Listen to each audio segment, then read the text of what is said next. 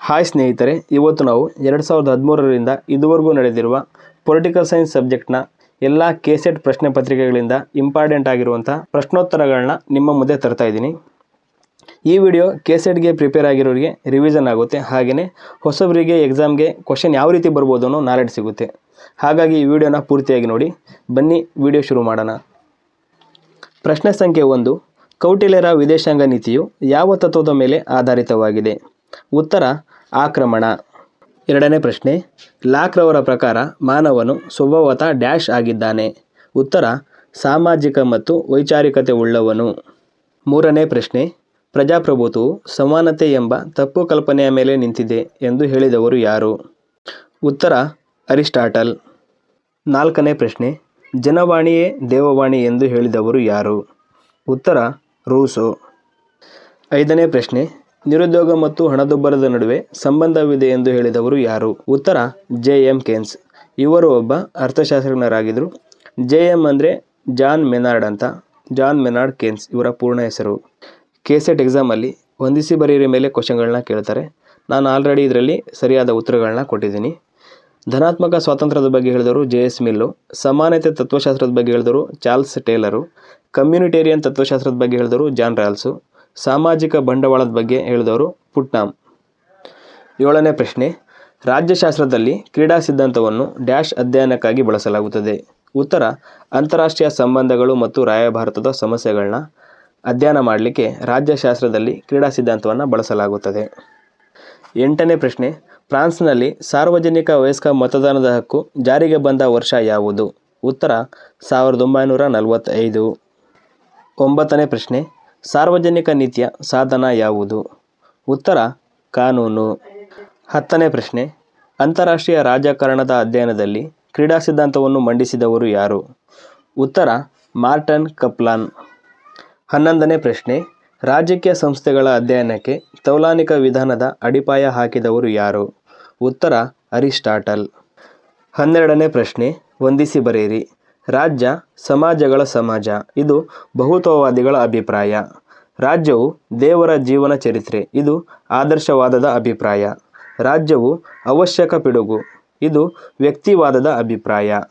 ರಾಜ್ಯವು ಕೆಲವು ವಿಧದ ಒಪ್ಪಂದದ ಉಗಮ, ಇದು ಒಪ್ಪಂದವಾದಿಗಳ ಅಭಿಪ್ರಾಯ. 13ನೇ ಪ್ರಶ್ನೆ, ರೂಸೋರವರ ಪ್ರಕಾರ ಸಾಮಾನ್ಯ ಇಚ್ಛೆ ಹೇಗಿರಬೇಕು? ಉತ್ತರ ಸಾಮಾನ್ಯ ಇಚ್ಛೆಯು ಅಖಂಡವಾಗಿರಬೇಕು. 1. ಎರಡನೇದು, ಸಾಮಾನ್ಯ ಇಚ್ಛೆಯನ್ನು ಯಾರೂ ಕೂಡ ಪ್ರತಿನಿಧಿಸಲು ಸಾಧ್ಯವಿಲ್ಲ. 3. ಸಾಮಾನ್ಯ ಇಚ್ಛೆಯು ಸರ್ವೋಚ್ಚ ಹಾಗೂ ಯಾರೂ ಕೂಡ ನಾಶ ಮಾಡಲು ಸಾಧ್ಯವಿಲ್ಲ. 4. ಸಾಮಾನ್ಯ ಇಚ್ಛೆಯು ಪರಭಾರೆ ಮಾಡಲಾಗದು. ಇವು ರೂಸೋರವರ ಪ್ರಕಾರ ಸಾಮಾನ್ಯ ಇಚ್ಛೆ ಹೇಗಿರಬೇಕು ಅನ್ನೋದು. 14ನೇ ಪ್ರಶ್ನೆ, ಹೊಂದಿಸಿ ಬರೆಯಿರಿ. ಈ ಪ್ರಶ್ನೆ 2013ರಲ್ಲಿ ಕೇಳಿರುವಂಥ ಪ್ರಶ್ನೆಯಾಗಿದೆ. ದೇಶ ಮತ್ತು ದೇಶದ ಮುಖ್ಯಸ್ಥರ ಮೇಲೆ ಕೇಳಿರುವಂಥ ಪ್ರಶ್ನೆ. ಇಂಗ್ಲೆಂಡ್ ರಾಣಿ, ಅಮೆರಿಕ ಅಧ್ಯಕ್ಷರು, ಸ್ವಿಟ್ಜರ್ಲ್ಯಾಂಡ್ ಬಹುತ್ವ ಕಾರ್ಯಾಂಗ, ಜಪಾನ್ ಚಕ್ರವರ್ತಿ. ಪ್ರಶ್ನೆ 15, ಶ್ರಮ ವಿಭಜನೆಯು ಜಾತಿಗಳನ್ನು ಸೃಷ್ಟಿಸುತ್ತದೆ ಎಂದು ಹೇಳಿದವರು ಯಾರು? ಉತ್ತರ ಕಾರ್ಲ್ ಮಾರ್ಕ್ಸ್. 16ನೇ ಪ್ರಶ್ನೆ, ಸದ್ಗುಣವೇ ಜ್ಞಾನ ಎಂದು ಹೇಳಿದವರು ಯಾರು? ಸಾಕ್ರೆಟಿಸ್. 17ನೇ ಪ್ರಶ್ನೆ, the Congress system in India ಕೃತಿಯ ಕರ್ತೃ ಯಾರು? ರಜನಿ ಕೊಠಾರಿ. 18ನೇ ಪ್ರಶ್ನೆ, ಕಾನೂನಿನ ಆಧಿಪತ್ಯವು ಯಾವುದಕ್ಕೆ ಸಂಬಂಧಿಸಿದೆ? ನ್ಯಾಯಿಕ ನಿಯಂತ್ರಣ. 19ನೇ ಪ್ರಶ್ನೆ, ಸಾಂಪ್ರದಾಯಿಕ ದೃಷ್ಟಿಕೋನ ಸಿದ್ಧಾಂತವನ್ನು ತಾಂತ್ರಿಕ ದೃಷ್ಟಿಕೋನದೊಂದಿಗೆ ಗುರುತಿಸಿದವರು ಯಾರು? ಉರ್ವಿಕ್. 20ನೇ ಪ್ರಶ್ನೆ, ಭಾರತದ ನೇಮಕಾತಿ ಪದ್ಧತಿಯಲ್ಲಿ ಅರ್ಹತಾ ಆಧಾರಿತ ಪದ್ಧತಿಯನ್ನು ಯಾರು ಪ್ರಾರಂಭಿಸಿದರು? Lord Macaulay. 21ನೇ ಪ್ರಶ್ನೆ, ರಾಜಕೀಯ ಮತ್ತು ಆಡಳಿತಗಳನ್ನು ಪ್ರತ್ಯೇಕವಾದವುಗಳೆಂದು ಪ್ರತಿಪಾದಿಸಿದವರು ಯಾರು? Woodrow Wilson. ಪ್ರಶ್ನೆ 22, ಯಾವ ಚಿಂತನಾ ಶಾಲೆಯೊಂದಿಗೆ ಜಾಗತೀಕರಣ ಬೆಸೆದುಕೊಂಡಿದೆ? ಶಿಕಾಗೋ ಚಿಂತನಾ ಶಾಲೆ.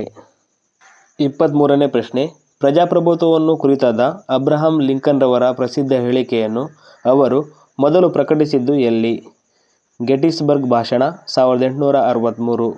ಪ್ರಶ್ನೆ 24, ಯಾವ ಘೋಷಣೆಯ ಮೂಲಕ ಆಸಿಯಾನ್ ರಚನೆಯಾಯಿತು? ಬ್ಯಾಂಕಾಕ್ ಘೋಷಣೆ. ಪ್ರಶ್ನೆ 25, ಬ್ರಿಟನ್ ವುಡ್ ಒಪ್ಪಂದದ ಅಂತಿಮ ಉದ್ದೇಶವೇನು? ನವ ಆರ್ಥಿಕ ಜಾಗತಿಕ ವ್ಯವಸ್ಥೆಯ ರಚನೆ. ಪ್ರಶ್ನೆ 26, ಹೊಂದಿಸಿ ಬರೆಯಿರಿ. ಸಿದ್ಧಾಂತಗಳು ಮತ್ತು ಪ್ರತಿಪಾದಕರು. ನಿರ್ಣಯ ಕೈಗೊಳ್ಳುವಿಕೆ ಜಾನ್ ಬರ್ಟನ್. ನೈಜ ಸಿದ್ಧಾಂತ ಎಚ್.ಜೆ. ಮಾರ್ಗೆಂತು. ಕ್ರೀಡಾ ಸಿದ್ಧಾಂತ ಮಾರ್ಟಿನ್ ಶುಬಿಕ್. ವ್ಯವಸ್ಥಾ ಸಿದ್ಧಾಂತ ಮಾರ್ಟನ್ ಕಪ್ಲಾನ್. 27ನೇ ಪ್ರಶ್ನೆ. ಚುನಾವಣೆ ಎನ್ನುವುದು ಪ್ರಜಾಪ್ರಭುತ್ವದ ಹೃದಯ ಎಂದವರು ಯಾರು? ಜೋಸೆಫ್ ಶುಂಪಿಟರ್. ಪ್ರಶ್ನೆ 28. ರಾಜಕೀಯ ಬೆಳವಣಿಗೆಯನ್ನು ಸಾಂಸ್ಥೀಕರಣ ಎಂದು ವಿವರಿಸಿದವರು ಯಾರು?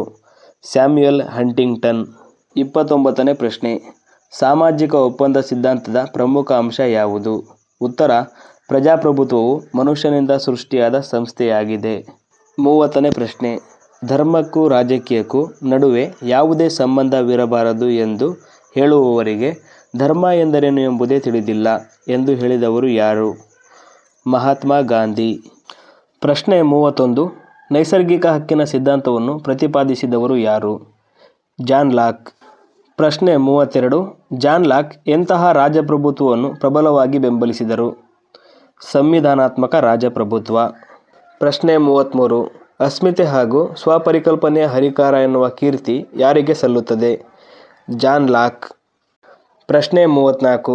ಪ್ರತ್ಯಕ್ಷೀಕೃತ ಪ್ರಮಾಣ ಸಿದ್ಧಾಂತ ಅಥವಾ ಪೊಸಿಟಿವಿಸಂನ ಜನಕ ಯಾರು? Auguste Comte. ಪ್ರಶ್ನೆ 35. ಜಾನ್ ರಾಲ್ಸ್ ರವರ ನ್ಯಾಯ ಸಿದ್ಧಾಂತದ ಗುರಿ ಏನು? ವಿತರಣಾತ್ಮಕ ನ್ಯಾಯ. 36ನೇ ಪ್ರಶ್ನೆ. ರಾಜ್ಯಶಾಸ್ತ್ರದ ವಿಶಿಷ್ಟ ಗುಣಲಕ್ಷಣವು ಮಾನವನ ಮೂಲ ಚಟುವಟಿಕೆಗಳಲ್ಲಿ ಒಂದು ಎಂಬುದಾಗಿ ಒಪ್ಪಿದ ರಾಜ್ಯಶಾಸ್ತ್ರೀಯ ಚಿಂತಕರಲ್ಲಿ ಮೊದಲಿಗ ಯಾರು? ಅರಿಸ್ಟಾಟಲ್. ಪ್ರಶ್ನೆ 37. ಕೂಡೊಡೆತನದ ಅಥವಾ ಕಮ್ಯುನಿಟೇರಿಯಾನಿಸಂ ಸಿದ್ಧಾಂತ ಯಾವುದಕ್ಕೆ ಪ್ರಾಮುಖ್ಯತೆ ನೀಡುತ್ತದೆ? ಉತ್ತರ: ವ್ಯಕ್ತಿಯು ಸಮುದಾಯಕ್ಕೆ ಹೊಣೆಗಾರನಾಗಿರುವುದಕ್ಕೆ ಪ್ರಾಮುಖ್ಯತೆ ನೀಡುತ್ತದೆ. 38ನೇ ಪ್ರಶ್ನೆ. ಮತವನ್ನು ಮಠದಿಂದ ಬೇರ್ಪಡಿಸಬೇಕೆಂದು ಲೇಖನಗಳಲ್ಲಿ ವಾದಿಸಿದವರು ಯಾರು? John lock. 39ನೇ ಪ್ರಶ್ನೆ. ಕಾನೂನಿನ ದೃಷ್ಟಿಯಲ್ಲಿ ಎಲ್ಲರೂ ಸಮಾನರು ಎಂಬುದು ಯಾವುದರ ಮೂಲ ತತ್ವಗಳಲ್ಲಿ ಒಂದಾಗಿದೆ? ಕ್ಲಾಸಿಕಲ್ ಉದಾರವಾದ. ಸ್ನೇಹಿತರೆ, ಈ ವಿಡಿಯೋ ಇಷ್ಟ ಆಗಿದ್ದರೆ ಪಾರ್ಟ್ 2 ವಿಡಿಯೋನಾದರೂ ಬೇಕಿದ್ದರೆ ಕಾಮೆಂಟ್ ಮಾಡಿ. ಹಾಗೆಯೇ ಇನ್ನೂ ಹೆಚ್ಚಿನ ಒಳ್ಳೊಳ್ಳೆ ಕ್ವಶನ್ಗಳನ್ನ ತರೋಕ್ಕೆ ನಾನು ಟ್ರೈ ಮಾಡ್ತೀನಿ. 40ನೇ ಪ್ರಶ್ನೆ. ಭಾರತದ ಮೊಟ್ಟಮೊದಲ ಕಮ್ಯುನಿಸ್ಟ್ ಸಿದ್ಧಾಂತಿ ಯಾರು? ಎಂ.ಎನ್. ರಾಯ್. 41ನೇ ಪ್ರಶ್ನೆ. ಸ್ಟೇಸಿಯೋಲಜಿ ಎಂದರೆ ಯಾವುದರ ಅಧ್ಯಯನವಾಗಿದೆ? ರಾಜಕೀಯ ಪಕ್ಷಗಳ ಅಧ್ಯಯನವನ್ನು ಸ್ಟೇಸಿಯೋಲಜಿ ಅಂತ ಕರೀತಾರೆ. 42ನೇ ಪ್ರಶ್ನೆ. ಅಧಿಕಾರವು ವಿವಿಧ ಕ್ಷೇತ್ರಗಳಲ್ಲಿ ಹರಿಹಂಚಿ ಹೋಗಿ ನಿಜವಾದ ಅಧಿಕಾರಿ ಯಾರೆಂದು ತಿಳಿದುಕೊಳ್ಳಲು ಕಷ್ಟವಾಗುವ ಸನ್ನಿವೇಶವನ್ನು ಏನೆನ್ನುತ್ತಾರೆ? ಬಹುಜನ ಪ್ರಭುತ್ವ ಅಥವಾ ಪಾಲಿಯಾರ್ಕಿ. 43ನೇ ಪ್ರಶ್ನೆ. ವೋಟ್ ಬ್ಯಾಂಕ್ ರಾಜಕೀಯ ಎಂಬ ಪರಿಕಲ್ಪನೆಯು ಯಾರ ಲೇಖನಗಳಲ್ಲಿ ಬೆಳಕಿಗೆ ಬಂದಿತು? ಎಂ.ಎನ್. ಶ್ರೀನಿವಾಸ್. 44ನೇ ಪ್ರಶ್ನೆ. ತೃತೀಯ ಜಗತ್ತಿನ ದೇಶಗಳನ್ನು ಮೃದುವಾದ ರಾಷ್ಟ್ರಗಳು ಅಥವಾ ಸಾಫ್ಟ್ ಸ್ಟೇಟ್ಸ್ ಎಂದು ಕರೆದವರು ಯಾರು? ಗುನ್ನಾರ್ ಮಿರ್ಡಾಲ್. 45ನೇ ಪ್ರಶ್ನೆ. ಭಾರತದ ಪೌರ ಸೇವೆಗಳಿಗೆ ಅಭ್ಯರ್ಥಿಗಳನ್ನು ಹೊಸದಾಗಿ ಸೇರಿಸುವಾಗ ಅನುಸರಿಸಬೇಕಾದ ವಿಧಿ-ವಿಧಾನಗಳನ್ನು ಶಿಫಾರಸು ಮಾಡಿದ ಸಮಿತಿ ಯಾವುದು? ಸತೀಶ್ ಚಂದ್ರ ಸಮಿತಿ. 46ನೇ ಪ್ರಶ್ನೆ. ಜಾತಿ ಭೇದದ ವಿರುದ್ಧ ಮೊಟ್ಟಮೊದಲು ಹೋರಾಡಿದ ಸಂಸ್ಥೆ ಯಾವುದು? ಸತ್ಯಶೋಧಕ ಸಮಾಜ ಸಂಸ್ಥೆ. 47ನೇ ಪ್ರಶ್ನೆ. ಸ್ಟೇಟ್ ಎಗೇನ್ಸ್ಟ್ ಡೆಮೊಕ್ರಸಿ ಕೃತಿ ರಚಿಸಿದವರು ಯಾರು? ರಜನಿ ಕೊಠಾರಿ. 48ನೇ ಪ್ರಶ್ನೆ. ನವಶೀತಲ ಯುದ್ಧಕ್ಕೆ ಕಾರಣವಾದ ಸಂಗತಿ ಯಾವುದು? ಉತ್ತರ: ಆಫ್ಘಾನಿಸ್ತಾನದಲ್ಲಿ ಸೋವಿಯತ್ ಮಧ್ಯಪ್ರವೇಶದಿಂದ. 49ನೇ ಪ್ರಶ್ನೆ. ಉನ್ನತ ಶಿಕ್ಷಣ ಪಡೆದಂತಹ ನಾಗರಿಕರಿಗೆ ಬಹುಮತವನ್ನು ಪ್ರತಿಪಾದಿಸಿದ ರಾಜಕೀಯ ಚಿಂತಕ ಯಾರು? ಜೆ.ಎಸ್. ಮಿಲ್. 50ನೇ ಪ್ರಶ್ನೆ. ಸಾಂಪ್ರದಾಯಿಕ ಹಕ್ಕುಗಳ ವಿಷಯವನ್ನು ಪ್ರತಿಪಾದಿಸಿದವರು ಯಾರು? ರಿಚ್ಚೆ. 51ನೇ ಪ್ರಶ್ನೆ. ವಿಲ್ಸೋನಿಯನ್ ವಾದಿಗಳೆಂದರೆ ಯಾರು? ಆದರ್ಶವಾದಿಗಳು. 52ನೇ ಪ್ರಶ್ನೆ. ವರ್ತನವಾದದ ಲಕ್ಷಣಗಳು ಯಾವುವು? 1. ಮಾನವನ ವರ್ತನೆಯ ವಾದಕ್ಕೆ ಒತ್ತು ಕೊಡುತ್ತದೆ. 2. ಇದು ವೈಯಕ್ತಿಕ ಗುಂಪುಗಳ ಅಧ್ಯಯನಕ್ಕೆ ಒತ್ತು ಕೊಡುತ್ತದೆ. 3. ಇದು ವಸ್ತುನಿಷ್ಠತೆಗೆ ಒತ್ತು ಕೊಡುತ್ತದೆ. 53ನೇ ಪ್ರಶ್ನೆ. ಡೇವಿಡ್ ಈಸ್ಟನ್ ರವರ ಪ್ರಕಾರ ರಾಜಕೀಯ ವ್ಯವಸ್ಥೆಯು ಒಳಗೊಳ್ಳುವ 2 ಅಂಶಗಳು ಯಾವುವು? ಬೇಡಿಕೆ ಮತ್ತು ಬೆಂಬಲ. 54ನೇ ಪ್ರಶ್ನೆ. ಅಂತಾರಾಷ್ಟ್ರೀಯ ಸಂಬಂಧದಲ್ಲಿ ಸಂಘರ್ಷ ಮತ್ತು ಶಾಂತಿ ಅಧ್ಯಯನಗಳ ಪ್ರಮುಖ ಪ್ರತಿಪಾದಕರು ಯಾರು? ಕೆನೆತ್ ಬೌಲ್ಡಿಂಗ್. 55ನೇ ಪ್ರಶ್ನೆ, ಆಸಿಯಾನ್ ಅಸ್ತಿತ್ವಕ್ಕೆ ಬಂದಿದ್ದು ಯಾವಾಗ? ಆಗಸ್ಟ್ 8, 1967. 56ನೇ ಪ್ರಶ್ನೆ, ಯಾವ ರಾಜ್ಯಕ್ಕೆ ಚಿಂತಕನು ಜಗತ್ತಿನ ಅರ್ಧ ಜನ ದೇವರೆಂದು ಉಳಿದ ಅರ್ಧ ಜನ ಪಿಶಾಚಿಗಳೆಂದು ತೆಗಳುತ್ತಾರೆ? Karl Marx. 57ನೇ ಪ್ರಶ್ನೆ, human nature of the politics ಕೃತಿಯ ಕರ್ತೃ ಯಾರು? ಗ್ರಾಹಂ ವಲ್ಲಾಸ್. 58ನೇ ಪ್ರಶ್ನೆ, ಹೊಂದಿಸಿ ಬರೆಯಿರಿ. ಒಂದು ಕಡೆ ದೃಷ್ಟಿಕೋನಗಳು ಕೊಟ್ಟವ್ರೆ, ಒಂದು ಕಡೆ ಪ್ರತಿಪಾದಕರನ್ನ ಕೊಟ್ಟವ್ರೆ. ರಾಜ್ಯದ ತಾತ್ವಿಕ ಸಿದ್ಧಾಂತ, ಪ್ರತಿಪಾದಕರು ಬೋಸಾಂಕೈ. ಕಾನೂನು ಮತ್ತು ರಾಜ್ಯದ ಸಾಮಾನ್ಯ ಸಿದ್ಧಾಂತ, ಇದರ ಪ್ರತಿಪಾದಕರು ಕೆಲ್ಸನ್. ತಾತ್ವಿಕ ತೀವ್ರವಾದ, ಇದರ ಪ್ರತಿಪಾದಕರು ಬೆಂಥಾಮ್. 59ನೇ ಪ್ರಶ್ನೆ, ಸೋವಿಯತ್ ರಷ್ಯಾದಲ್ಲಿ ಪ್ರಥಮ ಭಾರತೀಯ ರಾಯಭಾರಿ ಯಾರು? ವಿಜಯಲಕ್ಷ್ಮಿ ಪಂಡಿತ್. 60ನೇ ಪ್ರಶ್ನೆ, ಹೊಂದಿಸಿ ಬರೆಯಿರಿ. ಒಂದು ಕಡೆ ಚಿಂತಕರು, ಇನ್ನೊಂದು ಕಡೆ ಅವರ ಕೃತಿಗಳನ್ನ ಕೊಟ್ಟಿದ್ದೀನಿ. ಟಿ.ಎಚ್. ಗ್ರೀನ್ ಇವರ ಕೃತಿ people of political application. J S. Mill on liberty. H J. Laski a grammar of politics. John Rawls theory of justice. ಸ್ನೇಹಿತರೆ, ಇವಿಷ್ಟು ಕೆಸೆಟ್ ಪೊಲಿಟಿಕಲ್ ಸೈನ್ಸ್ ಸಬ್ಜೆಕ್ಟ್ನ ಪ್ರಶ್ನೋತ್ತರಗಳಾಗಿದ್ವು. ಈ ವಿಡಿಯೋ ಇಷ್ಟ ಆಗಿದ್ರೆ ಲೈಕ್ ಮಾಡಿ, ಶೇರ್ ಮಾಡಿ, ಕಾಮೆಂಟ್ ಮಾಡಿ. ಹಾಗೆಯೇ ಈ ವಿಡಿಯೋದ ಪಾರ್ಟ್ 2 ಬೇಕಂದರೆ ಕಾಮೆಂಟ್ ಮಾಡಿ, ಪಾರ್ಟ್ 2 ವಿಡಿಯೋದಲ್ಲಿ ಸಿಗೋಣ.